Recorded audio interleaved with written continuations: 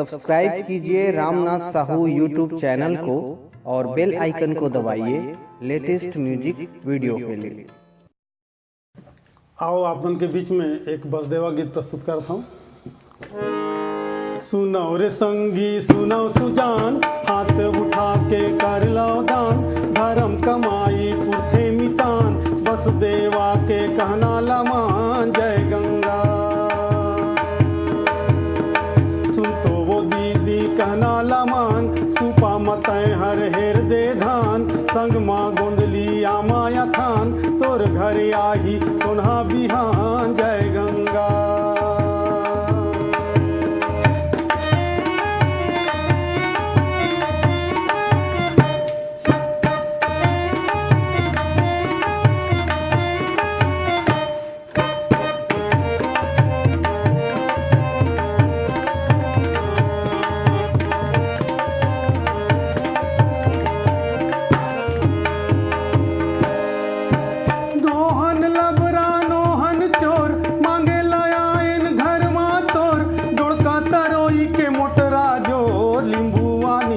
शरबत घोर जय गंगा।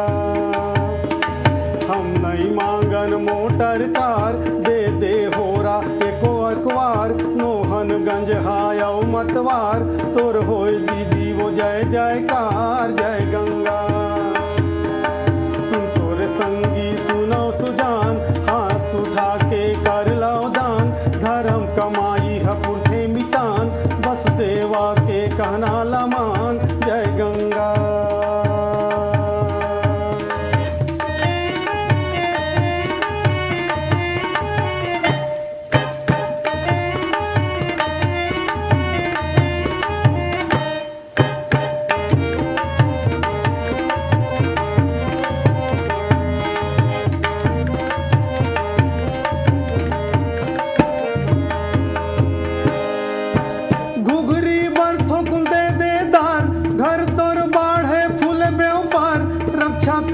तोर कृष्ण मुरार, अनधन लक्ष्मी भरे भंडार जय गंगा।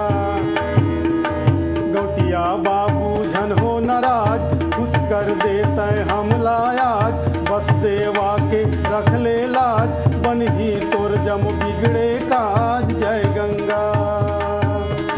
सुन तो वो दीदी कहना लमान, सुपा माता हेर दे धान, संग माँ गोंदली आमाया थान, तोर घर आही सोना बिहान जय गंगा।